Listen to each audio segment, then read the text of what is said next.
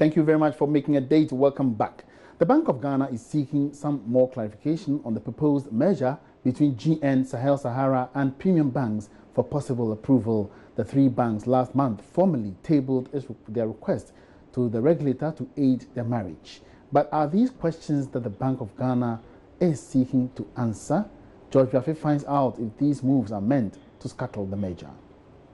According to the Bank of Ghana, getting all the answers for these questions would influence decision to approve or not to approve this marriage.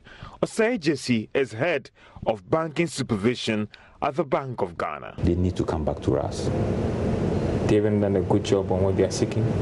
What we are saying is that they have brought the application, we have looked at the application, we have responded, and it is up to them to come back to us. So if they meet your requirements, the BOGs will come and you will grant their request? Why not? We are in for measures, but they will have to meet our requirement, and we have to assure ourselves that everything is on course. Jesse also explains to Joy Business the basis for this projection that 18 commercial banks will meet the new capital levels by December this year. We are looking at the income surplus of the bank. We are looking at the capital position of the bank. If they capitalize, what is going to be the situation? Some of them are just going through the processes, AGM and all those things, and get the income surplus capitalized as part of their paid up capital. So putting all these together, we have about 15 or 16 banks that we are confident that they will be there, and we have about 2 state banks, ADB and NIB. And government has stakes in these 2 banks. So when they are also capitalized, they come on board. Joy Business is also learning that another major application is before the regulator, which could again reduce the number of commercial banks in the country. CGC said they have also instituted measures to ensure that banks indeed bring in the real capital of 400 million Ghana cedis by the end of this year. And we will take steps to verify all transactions thoroughly. We'll do our due diligence. Everything will be done. There would be another set of capital requirement from next year as part of the Basel framework requirement that will ensure that commercial banks up their capital again based on their risk.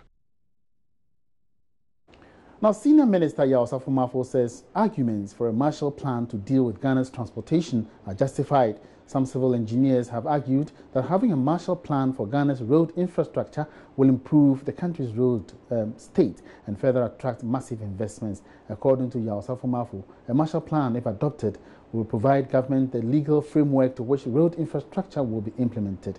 Charles IT has been speaking with the Senior Minister.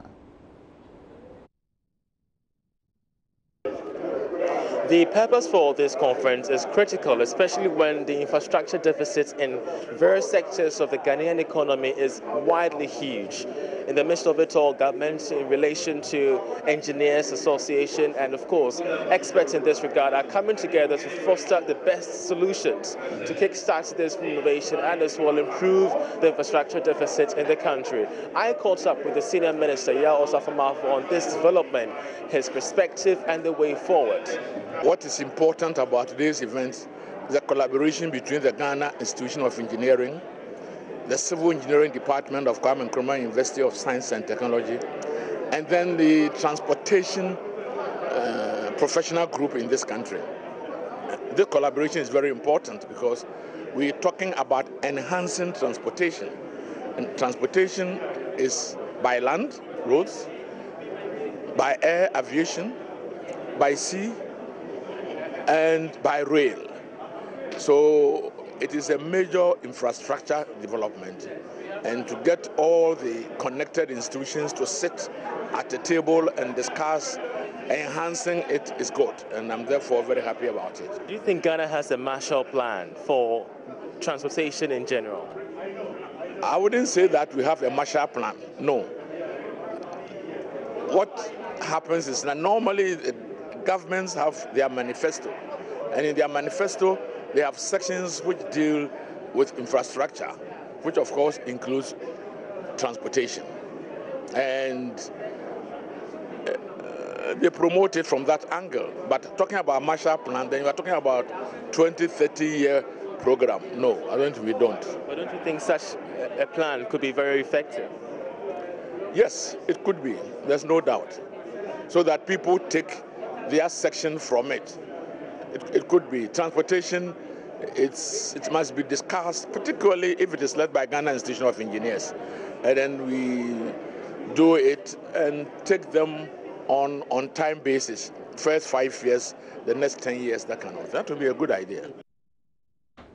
Now, the Ghana Free Zones Authority says it has begun moves to establish a separate unit at the authority to look at modalities that can attract oil and gas companies to the free zones concept. This, according to the authority, will help position Ghana well as an emerging oil and gas country.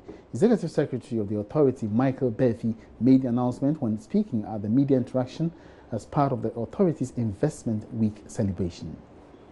I'm happy to announce to you that for the first time in the history of these free zones, I'm talking about the authority in Ghana, we are coming up with a new unit called the Oil and Gas Section. As I'm talking to you now, we have trained somebody. We took somebody outside the country to have training on, and the second person will be going to Norway, I think next week or next 2 weeks, to be trained on oil and gas. And we have had discussion with the Minister of Energy and the Deputy Minister, 2 Deputy Ministers, part of the ministry and part of my office here. And we have agreed on the model, how to go about the whole issue. We want to target bunkering, especially for a start. And so I was even discussing with one of the managers this morning that we have to even go next week to find a site where we can start an office. But the main office will be here. So with regards to oil and gas, we are seriously going into it. We are going to meet all the oil, we met them unofficially. We're going to meet them officially, oil and gas companies, to tell them our plans for the sector. And so I can announce to you that the authority is seriously thinking of establishing a full-fledged oil and gas section to take care of the oil business. All right, so we'll be doing a lot more energy stories, but for now, let's move on to other stories. And the Trade Fair Company has begun serving its tenants notices that their rent will not be renewed as it seeks to pursue a redevelopment program. CEO of the Center, Dr. Agnes Edu, says so far about 30 companies have expressed interest in the project, but only 4 have begun going through the procurement process. She disclosed this in an interview with Odilia and Tiamwa. You talked about shutting this place down completely for construction. Where are we currently? Well, the last time we spoke, I was maybe 3 months into the new tenure. We have put construction to start somewhere around first quarter of 2019. So the place will not be completely shut down at this point. As we get closer to our construction, then we will start preparing the tenants to leave and also to get the place ready for construction. So more towards last quarter of this year and maybe first quarter of 2019. Have you started notifying these tenants? Yes, the required period that you have to give your tenants before you move them out for redevelopment. The required period is about 6 months. So in June this year, we sent the first set of notifications out. So everybody on the premises knows and understands that come December 2018, January 2019, we are ready for construction. So hopefully, as we go along, we remind them gradually to get their businesses in order for us to get space for the construction. Will they be leaving with debts in electricity? Well, I hope not. What we have done is that as far as the electricity issue is concerned, we've solved that problem by connecting the tenants directly to ECG. So ECG is actively pursuing collecting the arrears. As far as the arrears of Ghana Trade Fair Company Limited, it's a small percentage of it. So we have actually made arrangements over the next, let's say, 18 months to clear that.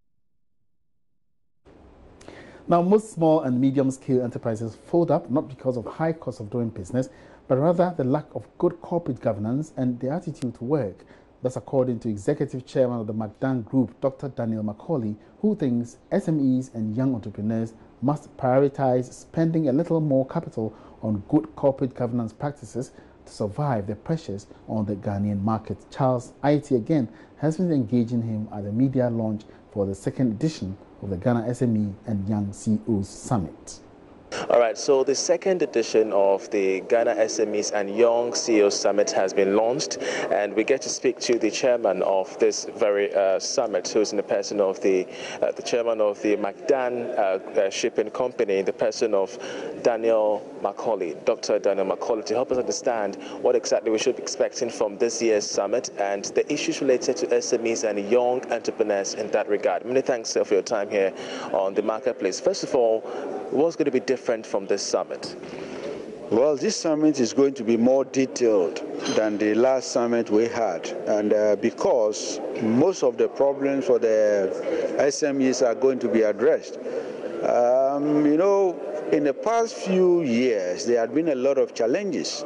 Most SMEs are collapsing, and I think this is a platform that SME have to converge to address their problem, to also learn from captains of the industry, those who have been able to sail through the turbulence and are now having successful businesses. So it's an interaction. It's going to be more of an interaction, and also to understand the business environment, and also looking at technology and corporate governance as a whole, which is one of the major issues killing businesses. Basically, but beyond technology and corporate governance, of which has been the theme for this year's summit, what other factors do you think could have inured to the collapse of most SMEs in the country today? Because most of them have been talking about the high cost of doing business in Ghana today. Well, for me, it's not only about the high cost of doing business, the attitude. I always talk about that. Most SMEs don't start with the right attitude. Most SMEs don't focus in building systems and structures. I mean, these are the only thing that can let your business strive to the next stage. If you don't focus, if you are not ready to build your system and structures, and you don't have the right attitude towards it, you cannot make it to the next stage. So beyond that, as the chairman for this year's summit, what should we be expecting from McDan and yourself in that regard? Any incentives for SMEs coming up? Well, I'll be here to share my experiences with my colleagues. I'll be here. I want to see more businesses grow in Ghana. I'm passionate about the youth, and I'm passionate about young businesses. So for me, I will be right here. Any young business who want to learn with me, I'm still learning anyway. I will share my organic growth experience with most of the young businesses coming up. Finally, before we let you go, any perspective, outlook on doing business in Ghana currently as a mogul in your own stance? Well, Ghana is a very good environment. You just need to understand the terrain. For me, what can let your business thrive here is your attitude, and also keep your integrity very high and network at the right places. Thank you. Thank you very much. And that was Executive Chairman of the McDan Group in the person of Dr. Daniel Macaulay. In that interaction there with us, we shall be expecting so many SMEs in the country to converge come the end of this year, somewhere the end of this year, for the SMEs and Young CEOs Awards Summit in that regard. We shall also be engaging other stakeholders of this summit to give you updates in our subsequent bulletins. Let's get back to energy now, to one of our top stories. And President Akufo-Addo yesterday relieved the Minister of Energy, Boakye Jarko, of his post, even though a statement from the presidency did not state what exactly led to his dismissal. Sources say it has to do with the infamous renegotiated Ameri deal, which has generated some debate across the country over the past week. We're joined by energy expert Ishmael Jokom-Hene via Skype to explore the implications of this development on the energy sector.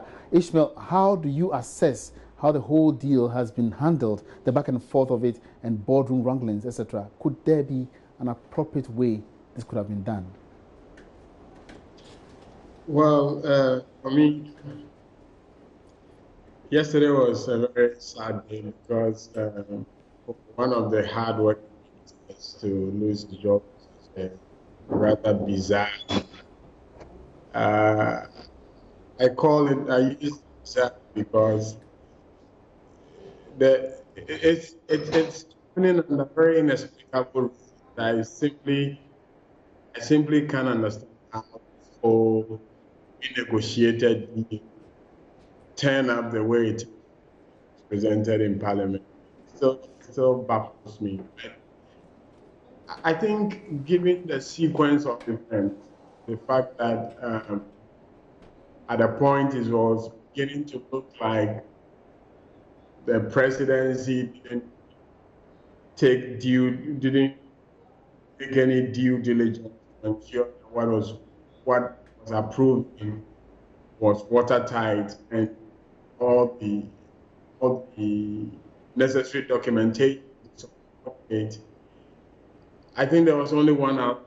Somebody had to be sacrificed, and that was Sovereignty, because he sponsored the referendum that went to Parliament. From what we have seen, it looking like it was beginning to look like the innovation and that was actually going to cost a little bit more. Yeah. Now, so how different could this, renegotiation, the American deal in general, how could we have, gone about it to circumvent these particular problems we've encountered? Well, I thought the roadmap there was a plan. The committee was put in place to look critically at the agreement. There was a report that suggested that there was some fraudulent use of that agreement. In that case, that had a very good basis for saying, look, let's renegotiate or cancel the agreement and then the principle. But if for any reason we established any wrongdoing, then we could only appeal to them. We could have appealed to them and said, let's renegotiate, let's bring it down because we are having difficulty. Okay. Short of that, then it was an agreement that had been approved by Parliament, so we have let it just run. Then live with the consequences. If we default paying America, that wouldn't be the best defaulting. So I think if we weren't able to get them to reduce the charges, then probably should have allowed it to run. So clearly, if you go to renegotiate a 5-year deal and you want to extend it to 15 years, you pay more because you are going to pay, even if it's a reduced annual financial outlay, it's for a 15-year period, 10-year period. So definitely in terms of the volume of payments, the amount of payments, it's going to be more than the 5 years. So for starters, you can't compare oranges and apples, So if we weren't going to be able to get the total capital outlay lower than the deal, then we should have allowed the old one to stay. But as we speak right now, we still haven't heard from the minister himself. The minister, I know, normally would have been sure of his numbers before he sent the thing.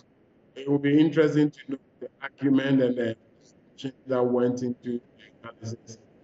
And if it was a clear mistake, then I'm sure they would have corrected that and rectified that in the agreement. But going for, in terms of how to have approached it, you needed the people to be interested in renegotiating.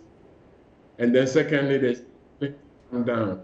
That unless you've established that there was some wrongdoing on it, there's a valid contract needed to respect. And that would have meant that waiting for the 5 years to elapse, we default, so we have to bring them to the table and say, we can't pay. So let's renegotiate payments and negotiate the payment term.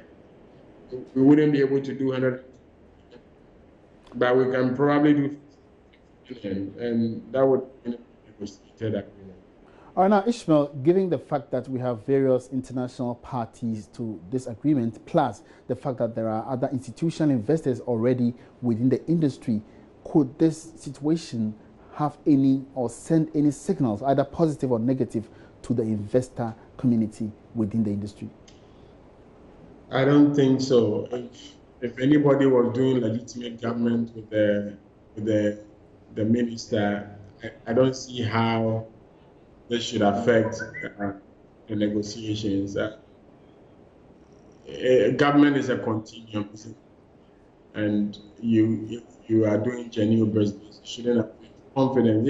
If anything at all, it should rather be boosting investor confidence that if the minister you're working with is found to have been hated or culpable in any way, if the government is willing to take a decision as drastic as hiring one of their best ministers, then it means that the government. So I think on the contrary, you should rather boost investors. All right, very well said. Thank you so much, Ishmael Ejekumihene, for your thoughts on that. That was energy expert Ishmael Ejekumihene commenting on yesterday's dismissal of the energy minister, Boachi Ejaku, under situations likely to impact on the energy sector. Now, still in the energy, government is being asked to compel second cycle institutions to adopt solar energy as part of efforts to reduce the use of fossil fuel. The call, according to non-governmental organization 350 Ghana Reducing Our Carbon, GROC, will reduce the huge energy burden on the national grid that often results in unstable power supply. As an educational engagement with some selected senior high schools in Kumasi, National Coordinator Portia Edu-Mensah says the move will complement government's effort to inject 10% of renewable energy into the national grid. The objective of the meeting focused on initiatives to end the use of fossil fuel and achieve the Sustainable Development Goals, Goal 7. Continuous efforts in climate change mitigation, energy security, and sustainable development prompted the call for the youth to be part of the campaign.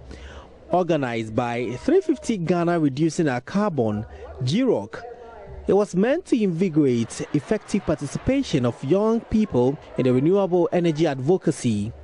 The meeting brought together students from senior high schools in Ashanti region to sensitize them on renewable energy and expose them to some of the technologies. Portia Edu-Mensah is the national coordinator for the group. We believe that if the senior high schools venture into renewable energy as St. Louis has, it can help them a lot to be able to reduce costs in terms of ECG, which will feed into the energy mix to also help in achieving what the government is expecting. We want to commend government for how far they've gone as well. And we, as a CSO, we are taking it to the lowest person. So we believe that climate change is here with us, as Obama said, and it has come to stay. So we need to deal with it as it is. We are even looking at a time when people can even go into it and even have excess if they can afford to sell, as UK and US are doing. So the aim of the program under the theme SHS Goes Renewable is to encourage and promote penetration of renewable in Ghana's energy mix.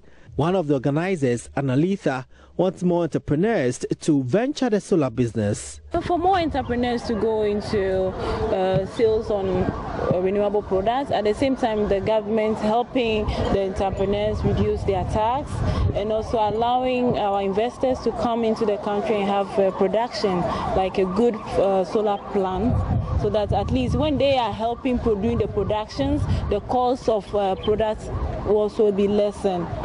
The entire student body of the St. Louis Senior High School were engaged on the need for renewable energies and technologies. Some of the students expressed their thoughts on what they've learned. This program has helped a lot. It has helped us to know how to conserve energy, how to use our resources like judiciously. I never knew that the CO2, when it gets into our atmosphere, it destroys our ozone layer and then it affects us. So today they've taught us that we need to use the renewable energy. Yeah, we are going to make some progress here. We are going to tell all our parents about it, and yeah, Ghana is going green. Yeah. The school is one of the few that has adopted solar panels. Prince Apia reporting. All right, so we'll be updating you certainly on some developments further in the energy sector as and when they unfold. But on the note, we wrap up this afternoon's edition of the Marketplace. Thank you so much for watching. My name is Emmanuel Abuaji. Have a good afternoon.